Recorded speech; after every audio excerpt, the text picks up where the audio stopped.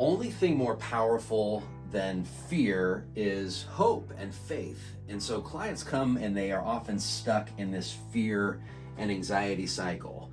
And the job and the role of fear is to keep you safe. I mean, anxiety to keep you safe. So you recognize the obstacles, what can go wrong, how can I fail, I'm going to be embarrassed, I'm going to get laughed at. And then people behave as they're going to be closed naturally and guarded and defensive.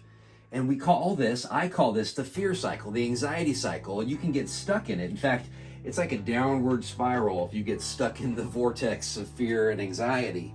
And the only thing, as I said, more powerful is to get out of that into the hope cycle. And so hope and faith, and I'm not talking spiritual religious terms here, it's basically being able to see that there's something in the future that can be good.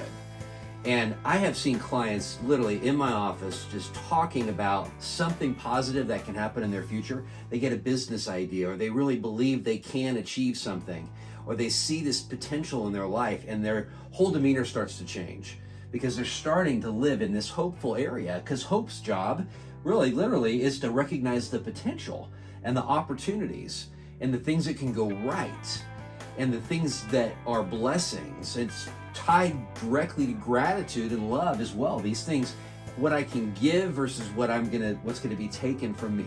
You know, those are the fear versus the hope.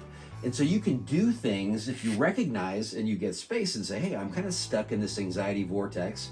But once you recognize it and you say that this is not the best, something's wrong, what is going on inside of me that's causing this jealousy, this fear, this anger, whatever, and you can ask yourself, you recognize that I got to get out of this, then you can do some things. So some simple actions you can take are, one is just list on a piece of paper in writing 10 things you're excited about over the next 5 years. It could be with your kids, it could be with your spouse, it could be a job, business, professional type thing.